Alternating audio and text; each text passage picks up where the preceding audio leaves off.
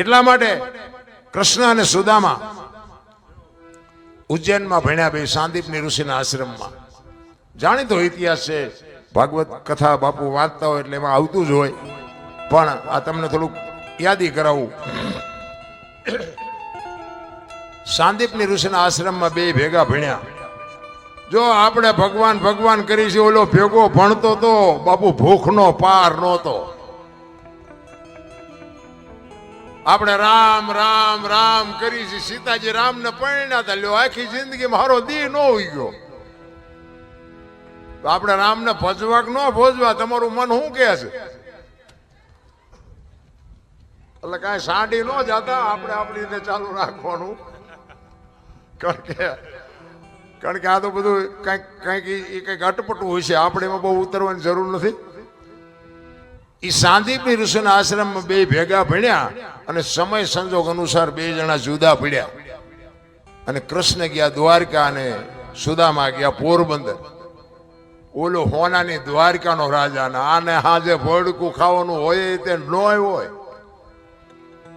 જો આ ભગવાનની ભાઈબંધી, મને તો એમ થાય કોક ડાયા માણસની ભાઈબંધી કરાય. હું આખી દુનિયા ભલે ભક્તિ કરે છે, હું રાજી છું, મારો ના નથી. હું એમ કહું કે તમે રામની ભક્તિ કરતા હોય, કૃષ્ણની કરતા હોય, શિવની કરતા હોય, જેની કરતા હોય ને બધા ભક્તિ કરે છે શું કામ? મને કોઈ જવાબ નથી દેતો. શું કામ આપણે ભક્તિ શું કામ કરીએ છીએ? કઈક આનું કારણ તો હોય ને. ઘણા બધા એમ કે ભાઈ ભગવાન મેળવવા કે ભગવાનના દર્શન કરવા. પણ ભગવાન કદાચ મળી જાય, હાલો આ કૃષ્ણ પરમાત્માની આ કથા છે અને તમે આમાં કંઈક દાન આપ્યું હોય ને પ્રેમથી કથા સાંભળી હોય ને કંઈક આપ્યું હોય, દીધું હોય, કંઈક મદદ કરી હોય અને તમે બહાર નીકળો ને કદાચ તમને કૃષ્ણ હામો મળે, હાથમાં વહાળી લઈને માથે મોરપીંછ હોય, તો તમે કૃષ્ણ પાસે માગો શું? માગવાનું નક્કી કર્યું કઈ? હું કઈક આપણે નક્કી તો હોવું જોઈએ ને. આપણે અહીં બેઠા છીએ, ભાગવત સપ્તાહ છે એટલે બેઠા છીએ, બરોબર? ક્યાંક લગ્નમાં આપણે ગયા હોય કે ભાઈ આ અમારો વ્યવહાર છે, ચાંદલો કરાવવા આવ્યા છે. બજારમાં વસ્તુ લેવા ગયા હોય કે ભાઈ ઘરમાં વસ્તુ ખૂટી એટલે લેવા આવ્યા છે. તો આ કઈક કારણ તો હોવું જોઈએ ને. ભગવાનને મેળવવા માટેનું શું કારણ શું છે? ભગવાન કદાચ ભેગો થઈ જાય તો આપણે માગવાનું શું? કોઈ કહેતું જ નથી. જોકે હું કઈ ભગવાન મેળવવા હાટું આ કઈ કરતોય નથી ને મારે કઈ કામ નથી. આ તમારી ભેગો મને બેહાર્યો છે જી ને, મારે એનું શું કામ હોય?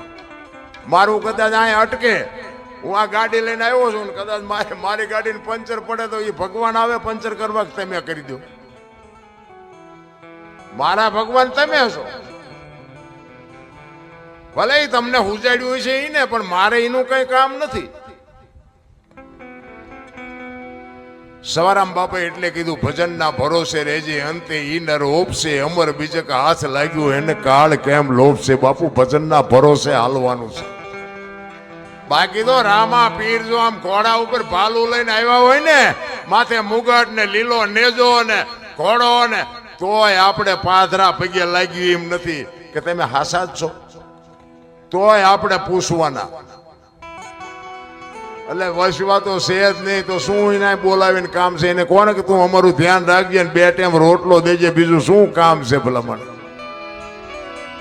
ઈ સાંદીપની ઋષિના આશ્રમમાંથી બે જુદા પડે. કૃષ્ણ જાય દ્વારકા ને સુદામો જાય પોરબંદર. ઈ બાપુ ગરીબી ભરડો લઈ ગઈ હતી હો સુદામાને. એમના પત્ની કહે છે, કૃષ્ણ તમારો મિત્ર છે, જાવ નહીં કે છોકરા ખાવું ખાવું કરે, ભૂખ્યા મરી જાય. સુદામા કે ભાઈ હું નહીં જોઉં, મારે ન માગવાનું નિયમ છે, અહીંયા જઈને મારે શું કરવું? અને હોનાની દ્વારકાનો રાજા છે, એના કરમ છે ને આપણે ખાવા ધાન નથી, આપણા કરમ છે.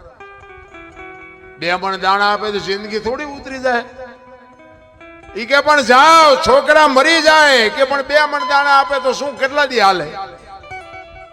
અને આપણા કર્મ છે. ઈ કે પણ તમે જાઓ ને, હું તમને કહું છું એ પણ કે હું મારે ન માગવાનું નિયમ છે, અહીંયા જઈને મારે કરવું શું? ઈ કે તમારા દરણ જોશે તો ખબર પડી જાય છે કે આની પાસે કઈ નથી, આ માગવું નહીં પડે. તો કે ખાલી હાથે ન જવાય, કંઈક લઈ જવું પડે. હું મોટો છું. જો આપણી સંસ્કૃતિ છે.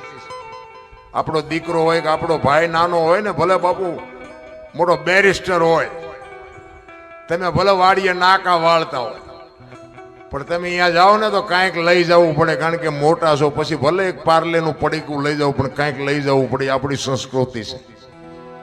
સુદામો કહે છે હું મોટો છું, મારે કંઈક લઈ જવું પડે. એમના પત્ની કે કંઈક હોય તો આપણે ન ખાઈ તો અહીંયા હું તમને મોકલવા જોઈએ, નથી એટલે તો મોકલવાના છે. તો કે નહીં જો એ પાડોશીની બાઈ પાસે બાપુ તાંદુળનું હુપડું ભરી આવે, અને તાંદુળની પોટલી બાંધવા માટે સારું લુગડું નહોતું સુદામાના ઘરમાં. બાપુ એ તો ગરીબી જેને હોય ને ખબર હોય. રામ, કોઈ ગરીબ માણા હોય ને એને જો બને ને તો બટકો રોટલો આપજો, અને ન આપી શકો ને તો એને બાપુ એની આતડી તો દુભાવતા જ નહીં. નકર ગરીબની આતડી ખાવા ધાન નહીં રહેવા દે. ગરીબી કોઈને ગમતી નથી. રામ, બધા એના બંગલા ગાડીઓ જોવે છે. તમારે દેવું હોય દેવું, બાકી કોઈની આતડી નો કકડાઈ ધ્યાન રાખજો. અને ભગવાને આપણને આપ્યું હોય ને એમાંથી આપણે બટકો રોટલો આપ્યો હોય છે ને, તો ભગવાન તમને ડબલ કરીને આપશે. બાપુ એક તમે ઈશ્વર ઉપર ભરોસો રાખીને કોઈક ગરીબ માણસને બાપુ આંતરડી ઠરે એવું કંઈક કરજો. સુદામો વિચાર કરે છે કે આ બૈરાને પુગાણું નહીં ને હવે મારે જવું પડશે. એ તાંદુળની બાપુ પોટલી લઈ બગલમાં દબાવી, ઉઘાડું શરીર છે, એક ધોતડી પહેરી છે, હાથમાં લાકડી છે, ઉઘાડા પગ છે, અને ડગુમગુ બાપુ પોરબંદરથી નીકળ્યો, દ્વારકાના પંથે નીકળ્યો. કાક બાપુ વાણીમાં એવું લખે છે કે સુદામો કેવો લાગતો હતો. આપણને પૈસાની પથારીઓમાં મોટા થયા છે ને એટલે ભૂખની ખબર નથી. માગણ આવે ને તો કે આગળ જા, આગળ જા. આગળ ક્યાં ભોગાવામાં જાય? બટકું રોટલો દો ને, આવડું મોટું ઘર લઈને બેઠા છો, પણ ભૂખની ખબર જ નથી. કોઈને ભીખ માગવી કોઈને ગમતી નથી. સુદામો વિચાર કરે છે, ડગુમગુ દેહ કરી અને પોતે દ્વારકા આવ્યો.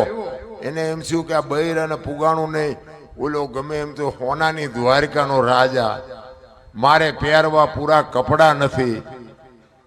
અને બૈરા પાસે બાપુ હારા નથી હાલ્યું. સુદામાનું શું હાલે? અને હું તો એમ કહું છું બૈરાનું હાલતું હોય સારું, જણનું ઓછું હાલતું હોય ને એમાં મજા આવે. બૈરાનું વધારે હાલે સારું. સુદામો વિચાર કરે હવે કરવું શું, કારણ કે ગરીબી છે. એ બાપુ અમીરી છે ને, અમીરી અહીંયા ગરીબી શર્માય. લખવું હોય તો લખી લેજો. આપણો ભાઈ હોય, આપણો દીકરો હોય કે આપણો કુટુંબી હોય, બાપુ એક જો કરોડપતિ છે ને, અહીંયા તમે જાઓ ને એટલે આપણને એમ કે કાલે 10 રૂપિયા દૂધની કોથળી લેતો હોય, પણ હું તો તારો મહેમાન છું, એ તું આપણે શું ગણસ? એમ તારા નોકર છે. એ આપણી પાસે 10 ની કોથળી મગાવે. હવે અહીંયા જોડા કાઢે એવું ન હોય, એટલે બીડીનું ઠૂઠું ચા નાખવું. અમીરી છે અહીંયા, ગરીબી શર્માય 100%ની વાત. આપણે વાડીએ નાકા વાળતા આવ્યો હોય ને પછી એમ કે સોફા સેટમાં બેહો તો કીડીયું ન સડે. પૈસા વાળાનો મોહ ન રાખો.